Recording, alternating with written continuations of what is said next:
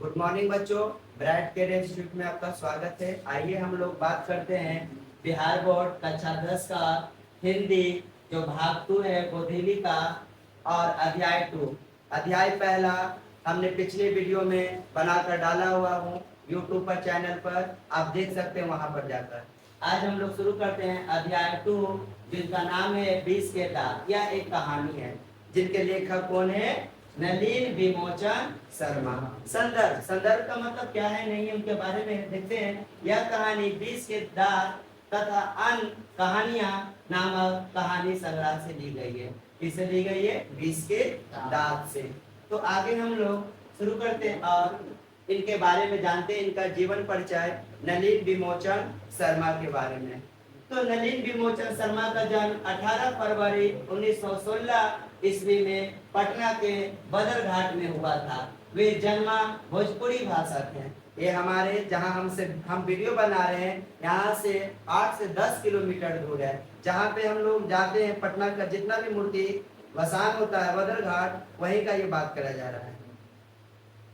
तो हम लोग इसके बारे में बताते हैं कि जगह कहाँ है। तो हम लोग अभी लोकेटेड है पटना में कंकरबाग से थोड़ा सा आगे की ओर, ठीक ना, जिसका नाम है। इससे मात्र 8 किलोमीटर जितना भी पटना का मूर्ति है सब कहाँ जाता है? बदरघाट में जाकर विसर्जित होता है। तो पता चल रहा है कि हमारे बिहार के पटना से ही ताल्लुक रखते हैं। और जन्म कब हुआ था? 18 फरवरी 1916 में। अब इनका जन्म 1916 में हुआ था। तो याद रखना कि 9 जनवरी 1915 को ही गांधी जी भारत आए थे।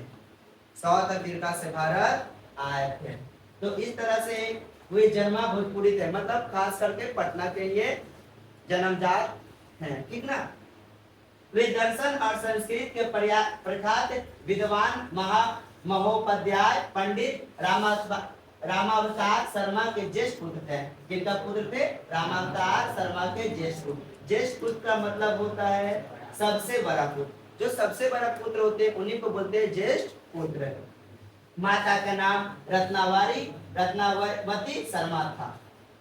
उनके व्यक्तित्व निर्माण में पिता का पंडित के साथ साथ उनकी प्रगतिशील दृष्टि की भी बड़ी भूमिका रही है।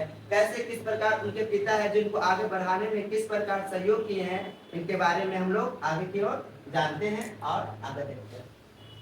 वे हरप्रसाद दास जैन कॉलेज, आरा, रांची विश्वविद्यालय और अंत में पटना विश्वविद्यालय में प्राध्यापक रहे। मतलब ये प्रिंसिपल के रूप में भी काम कर चुके हैं, टीचर के रूप में काम कर चुके हैं। ये पटना विश्वविद्यालय यही विश्वविद्यालय है, इसके अंतर्गत हम लोग जो पटना में है इसमें 3-4 कॉलेज आता है। Patna college, BN college, Patna science college और पटना वोमेंस कॉलेज। ये सब पटना विश्वविद्यालय के अंतर्गत आता है, ठीक ना। उसमें वो प्राध्यापक रहे हैं। सन 1959 में पटना विश्वविद्यालय के हिंदी विभाग के अध्यक्ष हुए और मरने के बाद मतलब कि मृत्यु प्राप्त हुआ तो 12 सितंबर 1961 में इस पद पर बने रहे। पटना विश्वविद्यालय के वे हिंदी विभाग के अध्यक्ष रहे। हम लोग देखते हैं हमेशा अशोक राजपथ जाओगे ना तो है पटना विश्वविद्यालय। उनकी स्कूली पढ़ाई पटना कॉलेजिएट से हुई है जहां से हम पढ़े। हम भी पटना कॉलेजिएट से ही पढ़े और ये भी पटना कॉलेजिएट से बहुत पहले पढ़े। पटना कॉलेजिएट का जो स्थापना हुआ था 1835 में हुआ था। हम लोग जिस टाइम में पढ़ते थे तो हम लोग को डायरी मिला था पटना कॉलेजिएट का। और सौभाग्य की बात है कि उस स्कूल से हम पढ़े हैं और बहुत सारे ऐसे इतिहासकार हैं जो पढ़े हैं और हिंदी के लेखक हैं। हम लोग के जो बिहार के पटना साहिब के पूर्व सांसद सतदुर्न सिन्हा जो है वो भी पटना कॉलेजिएट से ही पढ़े। जितना भी वहाँ का बेंच बना हुआ है सब में लिखा हुआ है, ठीक ना, क्योंकि वो वहाँ पे पढ़ाई किए हैं और हम भी वहीं से पढ़ कर निकले। पटना कॉलेजिएट से ही पढ़े हैं। हम 9th 10th वहीं किए हैं। 2016-17 में वहाँ से 10th पास किए थे। तो ये कहाँ से पढ़े थे? पटना कॉलेजिएट से पढ़े थे। कहा जाता है कि 1835 से पहले वह डायरी में लिखा था कि वह एक पागल खाना था। उसका आकार H आकार का है। तो पटना कॉलेजिएट एक पुराना इतिहास बनाकर रख चुका है और बहुत बड़ा स्कूल है। और वो पटना का ऐसा स्कूल है कि 9th 10th में वो छात्रावास देता है।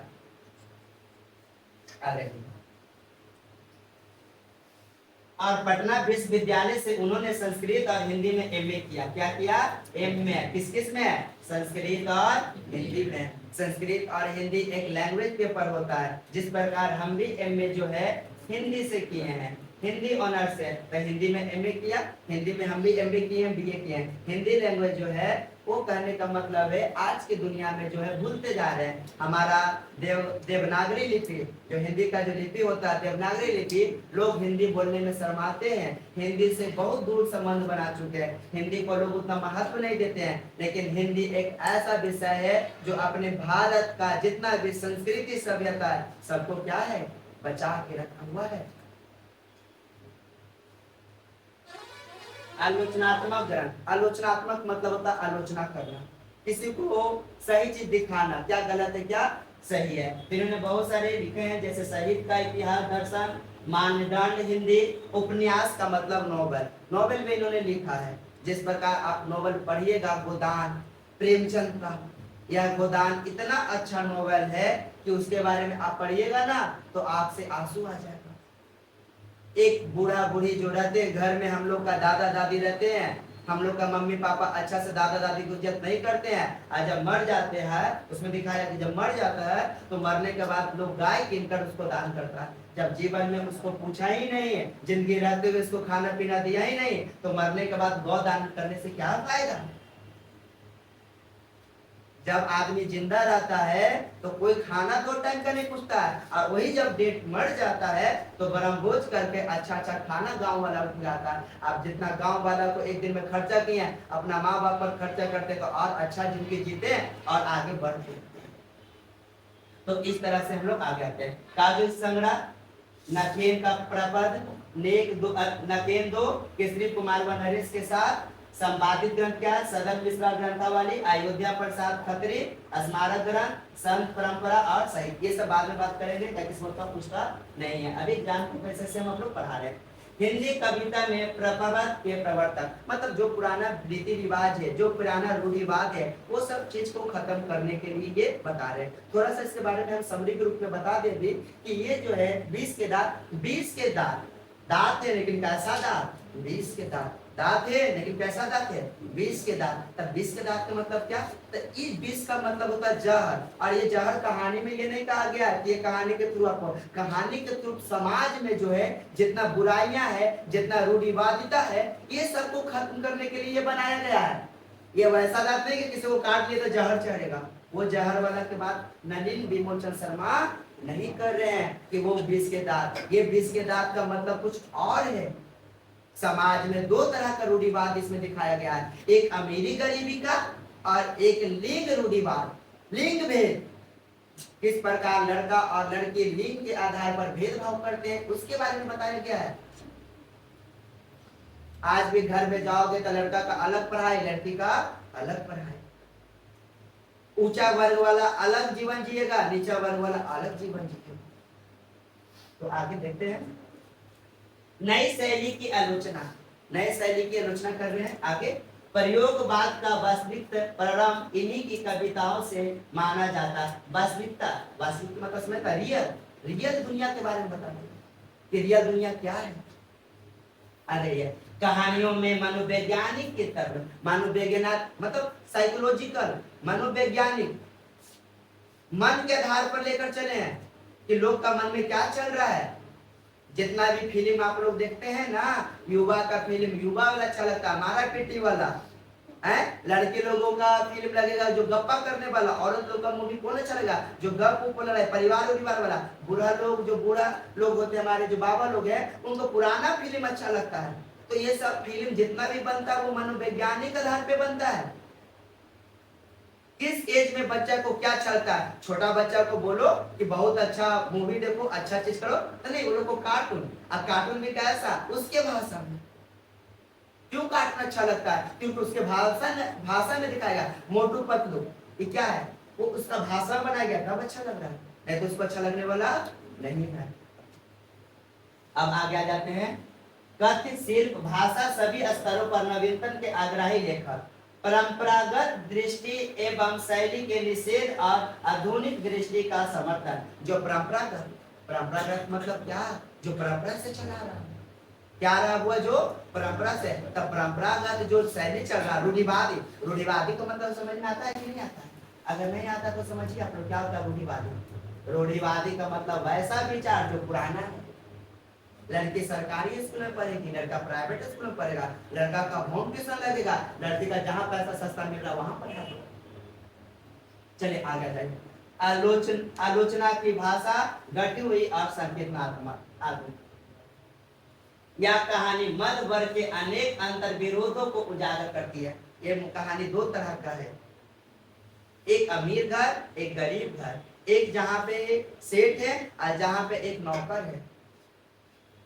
ये समाज ऐसा ऊंच नीच के वर्ग में बांट दिया है कि लोग जो है, बड़े लोग कुछ भी कर लें, गलती कर लें, तो उसके प्रति लोग, छोटे लोग क्या रहते हैं, चुप रहते हैं। लेकिन इस कहानी में दिखाता है कि कैसे खोखा, सेठ साहब का जो बेटा खोखा है, जिसका नाम कासू है, और एक जो है काम करने वाला जो उनके यहाँ पोछा उछा करता है, गाड़ी साफ करता है, वो मदन का एक बेटा, मतलब मदन है, ठीक ना, सफाई कर्मी का बेटा जो मदन है। किस प्रकार दिखाया कि मदन निडर है, वो डरता नहीं है, सही गलत का उसको फैसला का पता है। कहानी का जैसा ठोस सामाजिक संदर्भ है, वैसा ही स्पष्ट मनोवैज्ञानिक आशय भी है। हम लोग का दैनिक जीवन में होता, देख लीजिएगा, बड़ा घर का बाल बच्चा कुछ बदमाशी किया ना, तो बड़ा घर वाला को कोई कुछ नहीं बोलता है, और छोटा वाला घर को दबाने के लिए आता है। तो वही है जो मदन नहीं दबता है, कासू के मार के दो दांत तोड़ देता है। सेन साहब जो भगाया था एक बार मदन को, उसको कार से खेल रहा था, तब कासू का अति मदन का ठीक हवा, आज तोहर मोहल्ला में आइयो तो तोहर बारी में हवा, कहियो हमरो मोहल्ला में तोर बेटा एबे करता बा बदमाशी करे, तब हम बतेबुआ कि का हवा हवा। खेलता है कुछ लट्टू उट्टू नचाने वाला, बदमाशी करता, बेईमानी करता है, बेईमानी सहेगा, गरीब घर का बच्चा है, ईमानदारी से जिंदगी जीता है। बेईमानी वाला जिंदगी गरीब घर का बाल बच्चा नहीं जीता है, दो रोटी खाएगा लेकिन ईमानदारी का रोटी खाता है। गरीब का बाल बच्चा कभी भी गलत चीज को सहन नहीं करता है। जितना भी आईएएस आईपीएस ऑफिसर जो बनता है ना, वो जो ईमानदार बनता है वो गरीब घर का रहता है, पता करके आइएगा। क्या उनको बचपन से ही खून में मेहनत सिखाया गया है, किस प्रकार मेहनत करना है, किस तरह समाज में भेदभाव होता है, किस प्रकार बेईमानी होता है, वो सब सारा संघर्ष झेल कर वो उतना बड़ा पद पाता है। आर्थिक कारणों से मध्य वर्ग के भीतर ही एक और सेन साहब जैसे कि एक श्रेणी उभरती है जो अपनी महत्वाकांक्षा और सफेद पोशी के भीतर लिंग भेद जैसे कुसंस्कार छिपाए हुए हैं। बहुत अच्छा बात कर रहा है, सफेद पोशी, कपड़ा सफेद है लेकिन पूरा मन ब्लैक है। कहने को तो कपड़ा सफेद है लेकिन मन में पूरा काला काला विचार रखे हुए। काला विचार का मतलब क्या, लिंग भेद। लिंग भेद क्या, बेटा और बेटी में पूरी तरह से अंतर किए हैं ये सेन साहब। दिखा रहे हैं नेता लोग व्हाइट व्हाइट कपड़ा पहन के चलेंगे, नेता लोग है, हम तो इतना अच्छा है कि पूछो मत, इतना अच्छा भाषण दिखाते हैं, लगता है कि बाप रे बाप यही मेरा सब कुछ है, भगवान है।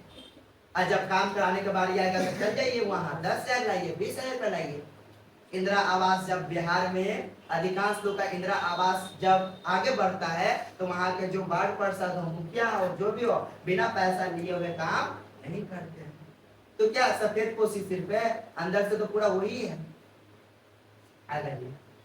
तो दूसरी और गिरधर जैसे नौकर पेशे निम्न मध्य वर्गीय व्यक्ति श्रेणी है जो अनेक तरह की थोपी गई है बंदिशों के बीच भी अपने अस्तित्व को बहादुरी और साहस के साथ बचाए रखने के लिए संघर्ष है। मध्य वर्ग मतलब जब मेहनत करने वाला, वो लोग अपना इज्जत के लिए मरता है, सम्मान के लिए मरता है। वो उतना संघर्ष होने के बाद भी अपने इज्जत, अपना मान सम्मान, महत्वाकांक्षा सब बचा के रखा हुआ। लेकिन ये सेन साहब सिर्फ नाम के अमीर हैं, दिल से पूरा गरीब है। अगर यह कहानी सामाजिक भेदभाव हुआ ना, एक अमीर घर का बेटा है, गरीब घर का बेटा है, तो गरीब घर का बेटा है तो क्या है, मार खा जाएगा। आप कुछ भी कह के चल जाइएगा, सह लेगा? नहीं सहेगा। अब कहा गया है किसी भी चीज में राजा का बेटा राजा नहीं बनेगा, राजा वही बनेगा जिसके पास हुनर होगा। बिना हुनर का कोई नहीं आगे बढ़ेगा, चाहे अमीर घर का हो चाहे गरीब घर का हो। हम लोग क्या ये जिंदगी यहाँ इतना पहुंचे हैं ना, दम नीचे से ऊपर।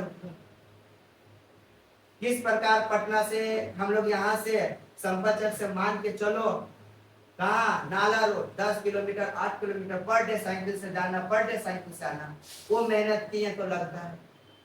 कोई बड़ा घर के दोस्त रहता था, थोड़ा सा पैसा रहता तो ऑटो से जाता था, कहते थे ऑटो से मत जाना, ऑटो से 15 रुपया लगता है, हम तुमको 10 रुपया लेंगे, समोसा खिला देना, चलो साइकिल पे बैठा के ले जाते, लाते ले जाते थे 10 रुपया का समोसा खिलाते थे। तो मेहनत किया तब पैसा कमाया, वहां पे उसका स्वार्थ नहीं है, साइकिल से पहुंचाया, साइकिल से ला दिया, तब पैसा लिया।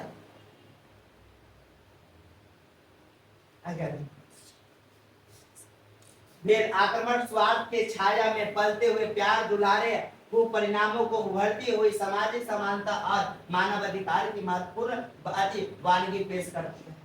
तो किस प्रकार एक अमीर का बेटा है और किस प्रकार एक गरीब का बेटा है।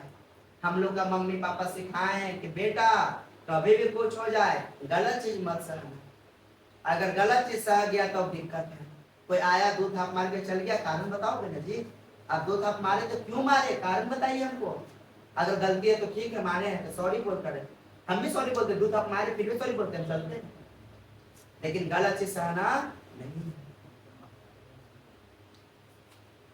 आ जाइए अब हम लोग देखते हैं क्या है नहीं है, कौन कौन कहानी के मुख्य पात्र है। कोई भी कहानी रहता है तो उसका मुख्य पात्र होता है। तो पहला पात्र में है और परिचय, एक पात्र है एक परिचय है। तो सबसे पहले आ जाइए शेर साहब, उच्च मध्यवर्गीय अधिकारी, घमंडी स्वभाव के हैं। ऐसे भी लोग का धन दौलत होता है ना तो लोग घमंडी बन जाते हैं, सोचते हैं कि हमसे बड़ा कोई है ही नहीं, है ना, हमसे बड़ा कोई है ही नहीं, ठीक ना। यहाँ पे हम लोग अब आगे बात करते हैं मिसेज सेन। सेन साहब की वाइफ का नाम क्या है, मिसेज सेन। हम लोग में होता है शर्मा, मिसेज शर्मा बन जाते हैं लोग, ठीक ना, ठीक ना, माइक चल रहा है, ठीक है चला। सेन साहब की पत्नी कठोर नियम के पालक। सेन साहब उसका पति और उसका मिसेज सेन, जैसा सेन साहब कहेगा वो सही ना मिसेज सेन सुनेगी। हम लोग के पापा से मम्मी लोग डरती है, सच्चाई बात है, जो पिताजी कहेंगे माता वही काम करेंगे, करते हैं कि नहीं करते। तो जिस प्रकार से सेन साहब बोलते हैं उनकी वाइफ वो सही काम करते हैं ना बाबू। चलो आगे। खोखा, बेटा को बोला जाता है खोखा और उसका नाम क्या है, आंसू। सेन साहब का एकलौता लाडला बेटा, अपवाद सर, अपवाद का मतलब एक्सेप्शन है वो, ना उम्मीद किरण, ना उम्मीद का एक किरण है, ना उम्मीद तक बूढ़ा होते जा रहे थे, 5 को बेटी हो गया, उम्मीद नहीं था कि बेटी हो गई, बेटी हो गई। बिहार में क्या है, बिहार में बेटा को इतना मान सम्मान दिया जाता है कि पूछो मत। एगो मेरे घर के बगल में आगे देखे थे 10 को बेटी हुआ, बेटा के चक्कर में 10 को बेटी हुआ और बेटा नहीं हुआ। तो बिहार में ये पलता है, बेटा का कुछ ज्यादा इज्जत है, बेटी का कुछ इज्जत नहीं है। तो ये लिंग भेदभाव, सामाजिक भेदभाव जो लिंग के प्रति चलता है, ये कब खत्म होगा, वो खत्म हम और आप करेंगे। बेटा हो या बेटी सबको एक समान लेकर चलेंगे। सेन साहब बेटा की चाहत में 5 बेटी पैदा की,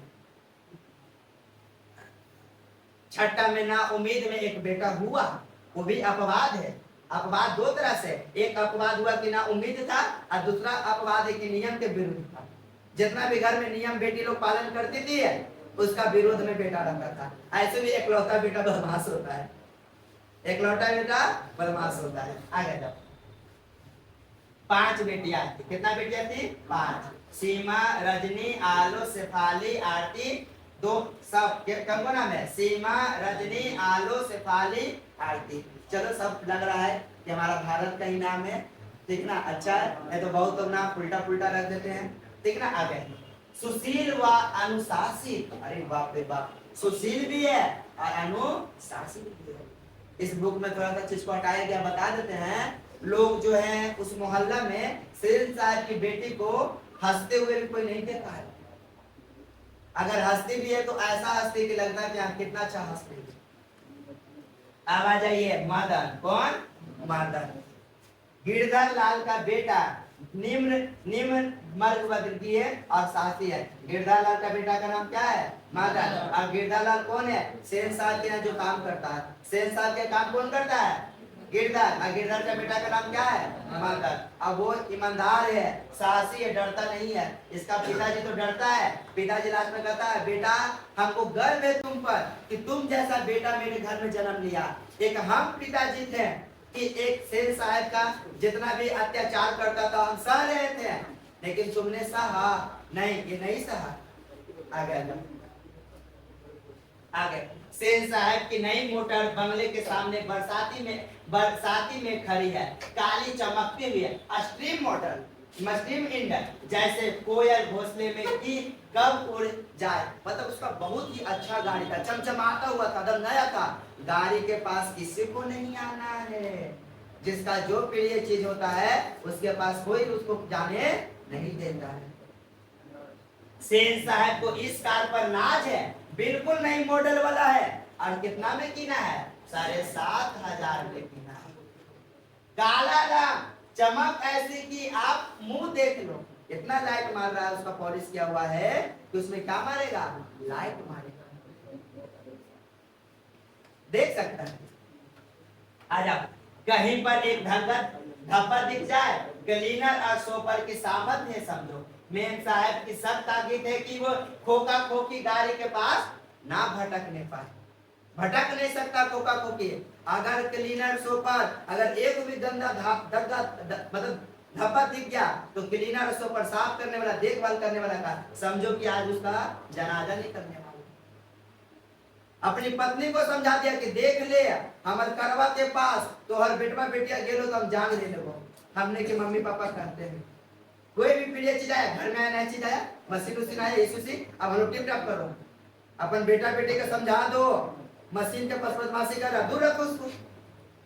होता है कि नहीं होता है? होता है।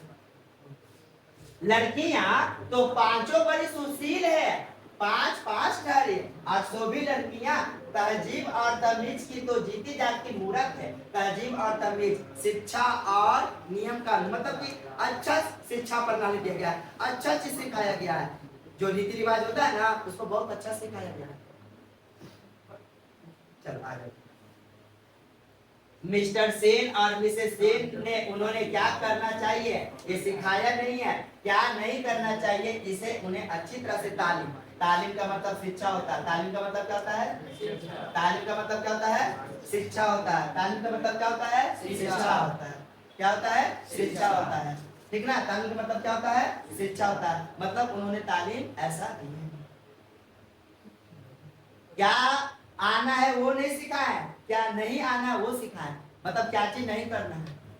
हम लोग के मम्मी पापा कोई चीज अच्छा काम सिखाए थे नहीं, गलत से सिखाए तो बउआ कोई नशेड़ी है तो उसको साथ मत रहो, बउआ कोचिंग से पढ़े हो तो घरे चल जाओ, बउआ कोचिंग से पढ़ कर एकदम चुपचाप घर की ओर रवाना हो। कोई ज्यादा गलत संगत दोस्ती के साथ रहना नहीं है। आगे जाइए। तो अब हम लोग आगे जाते हैं। लड़कियां, ध्यान रखो, लड़कियां क्या है? कठपुतलियां हैं। उनके माता पिता इस बात का गर्व है वे कभी किसी चीज को तोड़ती फोड़ती नहीं है। इनके माता पिता को गर्व है कि मेरी बेटी किसी चीज को तोड़ती फोड़ती। अब कठपुतली, कठ मतलब लकड़ी, पुतली मतलब नचाने वाला। जो लकड़ी का नाच नचाता उसी को बोलते कठपुतली। तो अपने बेटी को लकड़ी के समान बना दिया, अपने इशारों पर नचाएंगे। चलो आगे जाओ। वे दौड़ती है और खेलती भी है लेकिन सिर्फ शाम के वक्त, और चूंकि उन्हें सिखाया गया है कि ये बात उनकी सेहत के लिए क्या है? जरूरी है। सेहत के लिए क्या है? जरूरी है। हम लोग के मम्मी पापा सिखाए हैं कि व्यायाम करना चाहिए, दौड़ना चाहिए, तो हम लोग को क्या होगा? सेहत सही रहेगा। तुमको सिखाया गया किस प्रकार सेहत रहेगा, किस प्रकार सेहत नहीं रहेगा। मतलब कह सकते हैं कि वो पूरी तरह से शिक्षा दिया गया क्या करना है क्या नहीं करना है। आगे जाओ। वे ऐसे मुद्दार अपने होठों पर लाती है कि सोसाइटी की तालिकाएं भी उसे कुछ सीखना चाहे तो सीख ले, पर उन्हें खिलखिलाकर किलकारी मारते हुए किसी ने भी नहीं सुना। इतना इस लड़की को घर में बंद करके रखा गया है, इतना उसको चार दीवारी में रखा गया है कि बाहर के लोग अब तक उसको हंसते भी नहीं देखते कि किस प्रकार वो लोग हंसते हैं। इस प्रकार समाज में दिख रहा है भेदभाव, लिंग भेदभाव है। लड़की को चार दीवारी के अंदर रखो, लड़का कहीं भी जाए। आगे जाओ। सेन परिवार के मुलाकाती रस के साथ अपने शरारती बच्चों से सींच कर कहते हैं, एक तुम लोग हो और एक मिसेस सेन की लड़कियां हैं। अब एक फूल का गमला तोड़ने के लिए बना है, तुम लोगों के मारे घर में कुछ भी नहीं रख सकता। हम लोग को मम्मी ताना देती है, एगो तू सब है दिन भर बनच्चल के जैसा इधर उधर घूमते रहता है, एगो फलनवा का बेटा बेटी है दिन भर पढ़ते रहता, आता है पढ़ के जाता है, दम होता है। हम लोग की मम्मी तुलना करती, कंपेयर करती है कि फलना की बेटी बहुत अच्छी है, पढ़ती लिखती है, और तुम लोग क्या करता है, नालायक है। ऐसा बात क्या सोसाइटी के सब बोल रहा है कि सेन साहब की बेटी कितना अच्छी है, कोई चीज को तोड़ती उड़ती नहीं है। क्या पता उसको सेन साहब की बेटी तोड़ेंगे तो उसका जो पिताजी है बहुत मार मारेंगे। ये डरा धमकाया हुआ चीज है। आगे खोखा जो एक ही है, सबसे छोटा है। अच्छा यहाँ पे सो जहां तक सेन परिवार की लड़कियां का सवाल है, उनसे मोटर की चमक धमक का कोई खास खतरा नहीं था, लेकिन खोखा को भी तो है। खोखा अपवाद है नियम का। अरे बेटिया से तो किसी को टेंशन नहीं रहता है, टेंशन तो बेटवा से रहता है। बेटे लोग पूछोगे तो मार पीट करके साथ बेटा को मार के दिखाओ, वो भी इकलौता बेटा है सेन साहब का, इकलौता बेटा मतलब प्यारा दुलारा। अगर कोई भी गलती कर दी, अरे बउआ छोड़ दो, क्या दिक्कत है, का नियम का बाद में कौन है। ऐसे भी भारतीय समाज संस्कृति में बेटा को उतना इज्जत दिया जाता है जितना बेटी को नहीं दिया जाता है। आगे ये ध्यान दीजिएगा, यहाँ क्वेश्चन पूछता है गाड़ी का डर किससे था। सेन साहब को गाड़ी से डर किसका था, खोखा से था। किससे था, खोखा से था। आगे हकीकत तो यह है कि खोखा का जन्म तब जाकर हुआ जब उसकी कोई उम्मीद दोनों की बाकी नहीं रह गई थी। नहीं उम्मीद था कि बेटा भी होगा, अब बात हुआ ना, नहीं उम्मीद था लेकिन हुआ। आगे जाओ, खोखा जीवन के नियम का अपवाद था, है ना।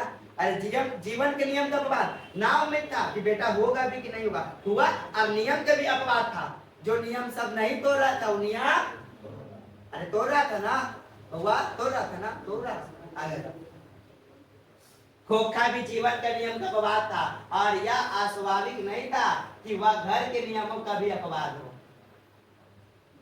घर के नियम का भी अपवाद हो गया, बेटे लोग को तो रही थी गमला वाला कोई चीज वैसा कुछ चीज भी कोई चीज भी दिक्कत नहीं। आगे देखिए, बात ऐसी है कि सीमा रजनी आलू से थाली आती पांचों हुई तो उनके घर में अलग नियम थे, दूसरी तरह शिक्षा थी और खोखा के लिए अलग दूसरी। बेटा जन्म लिया है होम ट्यूशन पढ़ेगा, बेटा जन्म लिया है प्राइवेट स्कूल में पढ़ेगा, बेटा जन्म लिया है हैप्पी बर्थडे मनेगा, बेटी जन्म लिया है सरकारी स्कूल में पढ़े जाएगी, बेटी पढ़ने कोचिंग में जाएगी, बेटी के लिए बर्थडे मनेगा, छोड़ो ना टाओ ना, क्या केक काटना है, पैसा खर्च होगा। बेटा का इज्जत है और बेटी का इज्जत नहीं है। तो आज आप लोग कहते हैं ना कि सरकार बेटी पर इतना काहे जोर समर्थन है, बेटा पर नहीं, क्योंकि शुरू से रूढ़िवादी आ रहा है। बेटी को कोई चार दीवारी से बाहर नहीं निकलने दे रहा है, लेकिन बेटा को चार दीवारी से क्या जिधर मर्द उधर जाता है। आगे जाइए, लिए तो सेनों का कहना था कि खोखा आखिर अपने बाप का बेटा ठहरा तो उसे इंजीनियर होना है, अभी से ही उसमें इसके लक्षण दिखाई पड़ते थे, इसलिए ट्रेनिंग भी उसे वैसा ही दिया जाएगा। इसे साहब का मानसिकता इतना खराब था कि पूछो मत, करा पढ़ाई लिखाई में कुछ रखल है, बचपन से रहा तौड़ी काटी ये वो देकर ठोका करवाइले, मिस्त्री बुला रहा है, कोई शिक्षक बुलाता है वो मिस्त्री बुला रहा है, कोई पढ़ाने के लिए शिक्षक बुलाता है वो मिस्त्री बुला रहा है। तेज था, जानता था कि टीचर का पैसा देगा चलना, मिस्त्री बनेगा तब तुरंत पैसा कमाएगा। आगे तक बेकार कैसा अमीरी, वो अमीरी किस काम की है जो इतना कंजूसी रहे। बाल बच्चा पर अच्छा एजुकेशन पर पैसा खर्च नहीं किया तो संपत्ति पूरा व्यर्थ है। वैसा संपत्ति रखकर क्या करोगे जब अपने बाल बच्चा को अच्छे जगह पर नहीं पहुंचाए। बात यह है कि खोखा को दुर्लंघी स्वभाव के अनुसार ही सेनों ने सिद्धांतों को भी बदल लिया था। आगे तभी बाहर शोर गुल सुनकर सेन साहब उठने लगे तो उनके मित्रों ने भी जाने की इच्छा प्रकट की और उन्हीं के साथ बाहर आए। बाहर सेन का सोफा एक औरत से उलझ रहा था औरत के पास एक 5-6 साल का बच्चा खड़ा था, जिसे वह रोकने की कोशिश कर रही थी, क्योंकि बच्चा बार बार सोफर की ओर झपट रहा था, सोफर को मार रहा था। एक बच्चा, उसकी माँ कह रही थी बेटा नहीं मारो, बचा रहा था, लड़ाई हो गया। सोफर कौन था? गाड़ी को देखभाल करने वाला। समझना यार, आगे जाओ। सेन साहब को देखकर औरत सहम गई, डर गई कि ले मालिक का बोलो, लगाओ गाड़ी के कुछ लगे बोल तो का। सोफर ने साहब की ओर बढ़कर अवध के साथ कहा, देखिए साहब, मदन गाड़ी को छू रहा था, गाड़ी गंदा हो जाती, मैंने मना किया तो लगा कहने जा जा जा, तो मैंने उसे पकड़कर अलग कर दिया, इस पर मुझको मारने दौड़ा। अरे गाड़ी बच्चा छू रहा होगा, देख रहा हो क्या है, तब उसका जो सोफर था, जो साफ करने वाला था, वो रोक रहा था। गुस्सा आ गया मदन को, तो वो छूने से रोका, रुक रहा, बताते झपटा मार रहा हो तो मार देंगे, चला गए। अब इसकी माँ भी आकाश पर अति पताल मुझसे उलझ रही थी, मतलब उलझती नहीं है, अपना बच्चा को शांत करने के लिए गई है, तो दोनों को उलझ गया होगा। मदन की माँ कुछ कहना चाहती थी, लेकिन सेन साहब के सख्त होठों को देखकर चुप रह गई। डरता था ना सबसे हिसाब से, तो उसकी माँ कुछ कहना चाह रही थी कि चलो गलती से छू दिया, माफ कर दिया, हम अपना बच्चा को लेकर जा रहे, लेकिन नहीं कहा, डर गया। कुछ बच्चा होता है, काम गलत नहीं करता है, लेकिन टीचर उसको बोलता नहीं है, मार देता है, सुनता नहीं कि किसका गलती नहीं, पूरी बात, अब मार बैठता है। अब बच्चा भी डर के मारे बता नहीं पाता। आगे मदन को माँ अपने बच्चे के बाएं घुटने से निकलते हुए खून को पोंछती हुई चली गई। मारा होगा बेचारा को, खून आ गया। ड्राइवर ने शायद धकेल दिया था और वह गिर पड़ा था। ड्राइवर बेचारा, बताओ कितना गलत चीज है, कोई वस्तु को छू देगा तो उसको ढकेल के मारेगा। इतनी भी गरीबी को लाचार मत बनाइए साहब कि वो मजबूर हो जाए क्राइम करने के लिए। क्राइम किया ना, आगे ज्यादा गरीब मजदूर वर्ग को दबाओगे तो वो एक लिमिट तक सहेगा, उसके बाद सह नहीं सकता। कब तक आप उसको मारा ना, आज किया ना, इसका भी बदला लेने तो बैठ जाएगा। आगे जाओ। लेकिन एक मामूली किरानी के बेटे को सेठ साहब के ड्राइवर ने धक्का दे दिया और उसे चोट आ गई, तो आखिर ऐसा कौन सी बड़ी बात हो गई। सेन साहब अंदर लौटे तो बेरा को, मदन के पिता गिरधार लाल को, उनकी फैक्ट्री से में किरानी था और अहाते के एक कोने में आउट हाउस में रहता था, बुला लाने का हुक्म दिया। वो कहीं काम करता था, किरानी वानी था। मदन के बाबूजी उसको बुलाया कि बुलाओ, वो करे बेटा बुला, होता है ना। आगे जाओ। गिरधार लाल आया और शेर साहब के सामने सिर झुकाकर खड़ा हो गया, जैसे खून का जुर्म में कैदी जज के सामने खड़ा हो जाता है। जैसे जज है, हम कहते हैं सर गलती हो गया, मर्डर कर दिया, मतलब इस तरह से छोटा मोटा गाड़ी छूने से क्या हो गया, तो मर्डर कर दिया। लेकिन देखो ये गिरधार लग रहा है कि कितना बड़ा क्राइम कर दिया, तब मुड़ी झुका कर नीचे। बड़ा लोग के सामने मुड़ी नहीं झुकाएंगे, गलत काम नहीं किया तो क्यों झुकाएंगे जी। आगे जाओ। सेन साहब ने ऊंची बसौल आवाज में कहना शुरू किया, देखो गिरधर, मदन आजकल बहुत शोक हो गया है, शोक मतलब दुलारा। मैं तुम्हारी और उसकी भलाई चाहता हूँ, गाड़ी को गंदा किया, वह अलग मना करने पर ड्राइवर को मारने दौड़ा। यह देखो कितना झूठ बोल रहा है, तो बता मना किया ड्राइवर को मारने दौड़ा, होकर मार के बेचारा घुटना फोड़ गया तो नहीं बोला। और मेरे सामने भी डरने के बदले उसकी ओर झपटा रहा। ऐसा ही लड़के आगे चलकर गुंडे, चोर और डाकू बनते। साहब इतना तो भी मध्य वर्गीय परिवार का लड़का नहीं है कि गलत काम पे उतरेगा। भलो गरीब घर में जन्म लिए हैं, वो जरूरी नहीं है कि गलत काम भी करेंगे।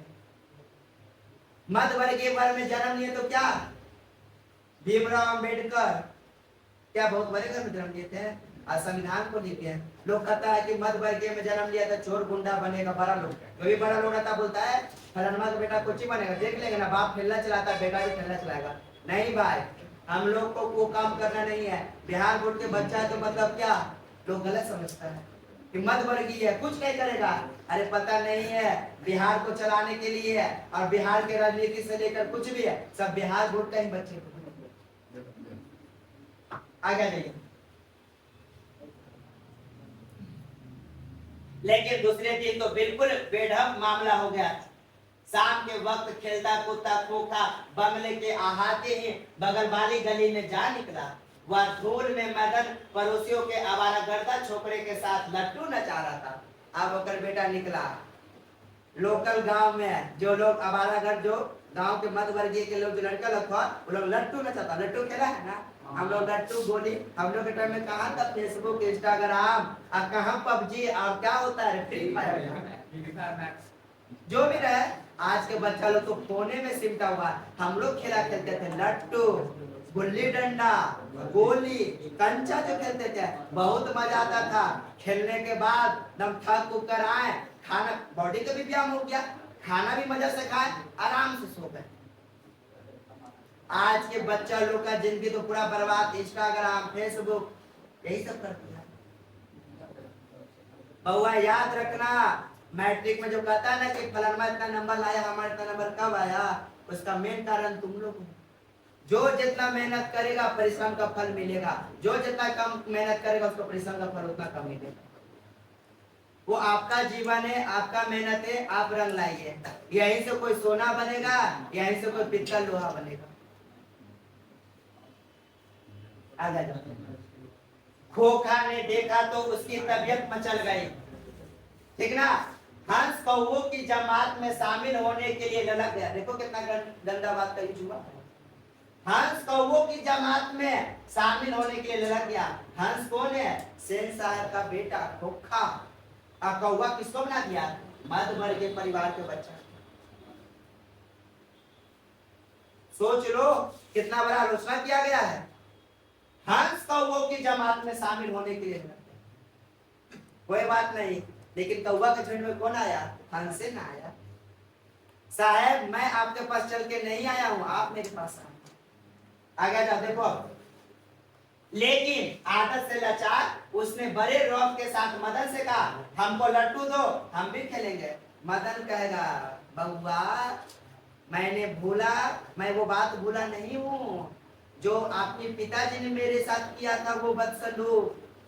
आपका बाबूजी के थोड़ा सा गाड़ी छू दे बाहर तो मार बैठला बाप का ड्राइवर हमार घुटना फोड़ देबो और हम लट्टू देबो खेलेला। आगे देखो। उसने आओ देखा न ताओ मदन को एक मूसा रसीद कर दिया। देखो मदन नहीं दिया तो मदन को मार दिया। बउआ तुम घर के चार दीवारी में रहते हो खोखा, और हम लोग दम खेत गांव के दाम हट्टे कट्टे हैं। आकर देखो बड़ा घर के बच्चा हो तो मध्य वर्गीय को मार के निकल जाओगे। आओ अब देखो आगे युद्ध। वह झट कासू पर टूट पड़ा और मदन ने कासू के 2 दांत तोड़ दिए। कितना दांत है? ऐसे करके अगला 2 दांतवा नहीं टूट जाता है। जो हम लोग बोलते हैं चूहा दिखाई दे रहा है ना 32 में, तो 2 दांत तोड़ा। खोखा तो कितना दांत तोड़ा? 2। कितना दांत? 2। कितना दांत? 2 दांत तोड़ा। कासू को कितना दांत टूटा? 2। तोड़ा तोड़ दिया ना। अब बदला, अब लोहा का बदला लोहा से लिया जाएगा। चलो आगे आ जाओ। मदन घर नहीं लौटा, जहां रहता घर जाके हमारे बाबूजी छोड़ेगा जरूर। खोखा के बाबू तो कहवे किया होगा, खोखा के बाबू नहीं कहा होगा गिरदालाल को कि तोर बेटवा मार पीट दे पाओ। अब बाप जी के मान के चलो तुम्हें लोग मोहल्ला में लड़ता है तो लड़ाई करता तो घर जाता है कंप्लेन चले जाता है। ना ना ना जाइबो ताज बाबू घर में तो छौकनी लेके रख ले तो मारेला रात भर गायब। लेकिन गिरदार लाल यहाँ पे क्लाइमेक्स सुनना।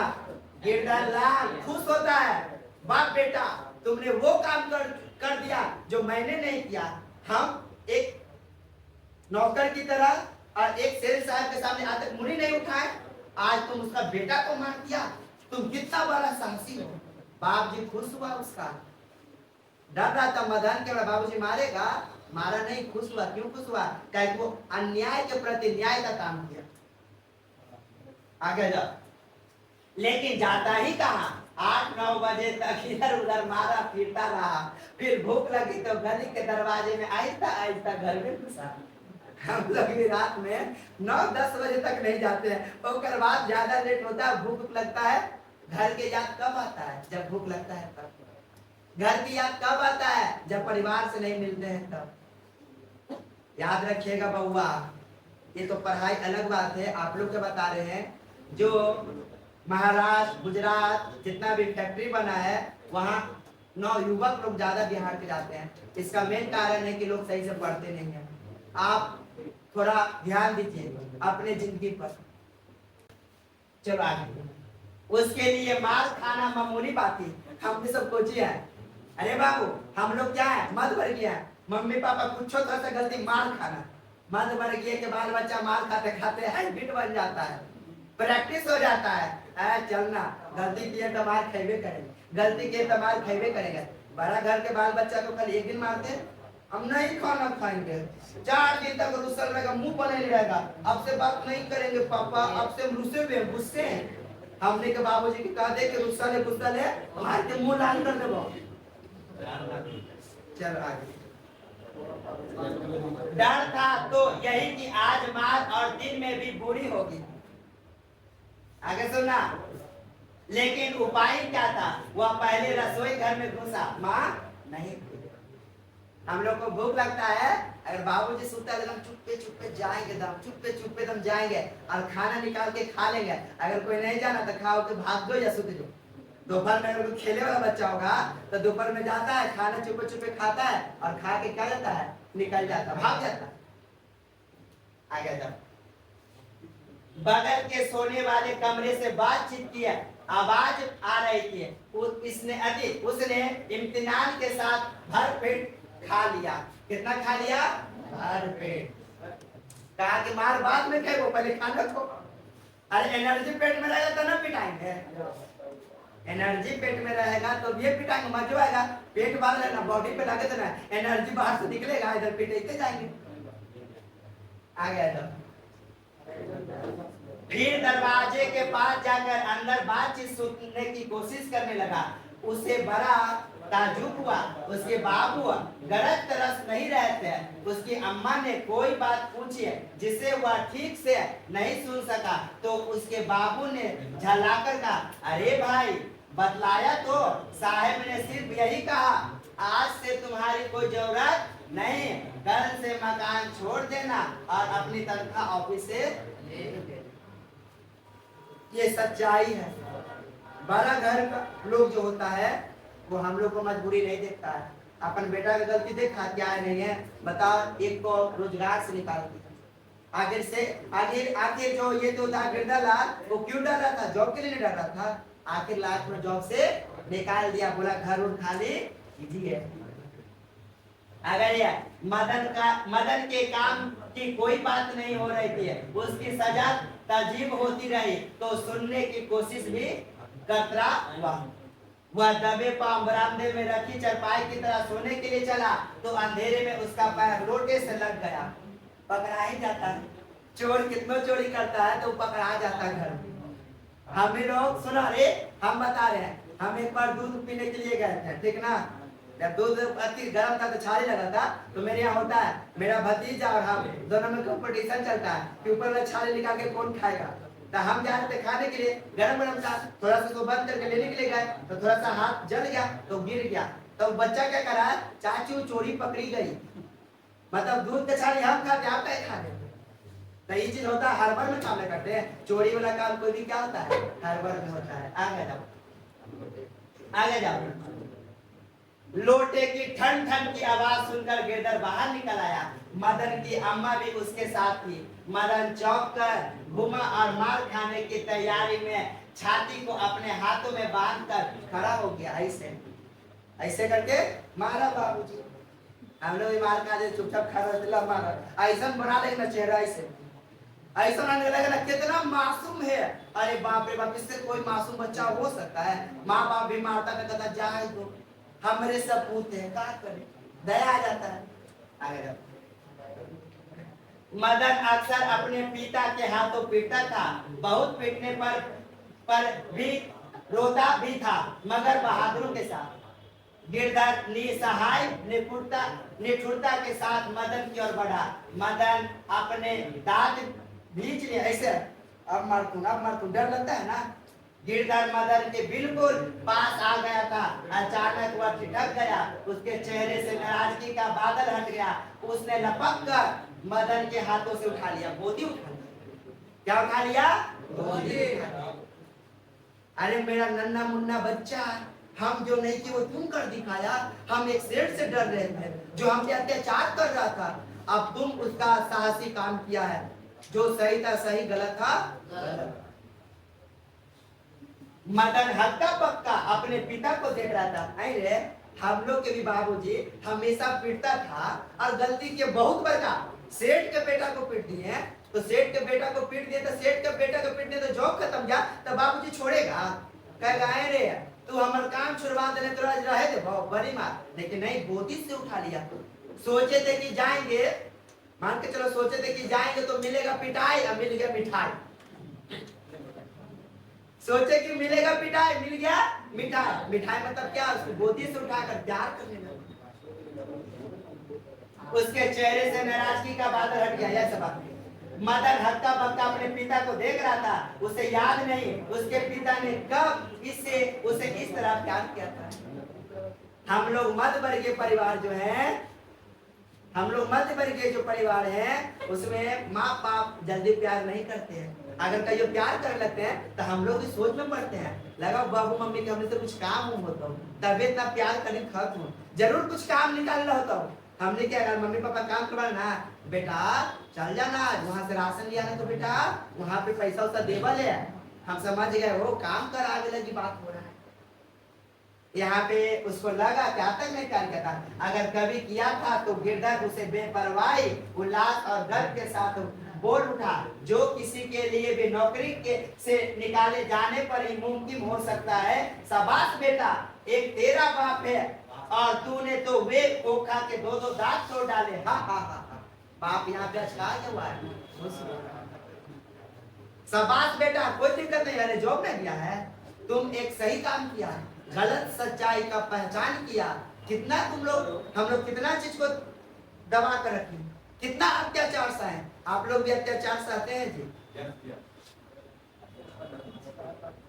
बहुत लोग समाज में गलत गलत बात बोलता है, गलत करगा, फिर भी हम लोग चुप रहते हैं। आगे देखिए, आप कुछ शब्द है, चैप्टर खत्म। चैप्टर, आइए हम थोड़ा सा इसको रिवीजन कर देते हैं, एक समरी के रूप में बताते हैं। ये कहानी है सेन साहब की पत्नी मिसेज, उनका बाद जो है उनकी 5 बेटी है, एक खोखा है और एक मदन है और एक गिरधर है। गिरधर वहाँ काम करता है, मदन गिरधर का बेटा है, खोखा और खोखी सेन साहब और सेन साहब की क्या है? कोई दिक्कत यहाँ तक? कोई दिक्कत नहीं ना? ठीक है, चलो आगे।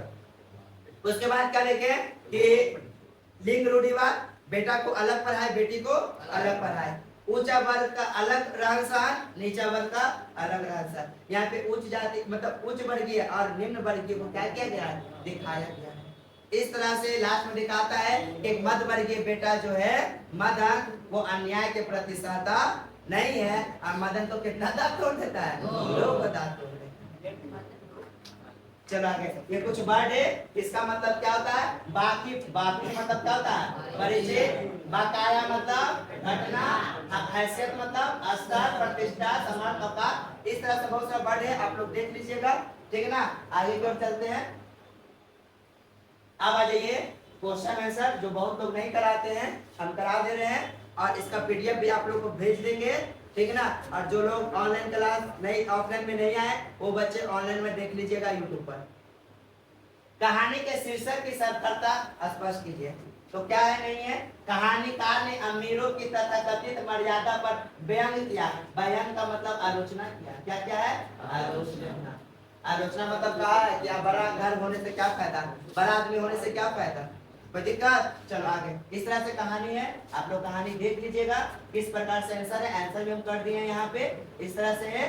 और हम लोग ऐसे ऐसे कर कर, ये देखिए आया ना, हंस कौओं की जमात में शामिल होने के लिए लगा गया। इसका व्याख्या करना, क्या व्याख्या नहीं हो जाएगा? हो जाएगा ना लास्ट में? चलिए जल्दी जल्दी आप लोग क्वेश्चन आंसर देख लीजिएगा, पीडीएफ भेज देंगे।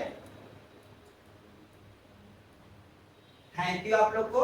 अगर आप लोग को मेरा वीडियो अच्छा लगा है तो चैनल को सब्सक्राइब कर दीजिएगा और लाइक कीजिएगा और बड़का वाला घंटा दबा दीजिएगा, ठीक ना?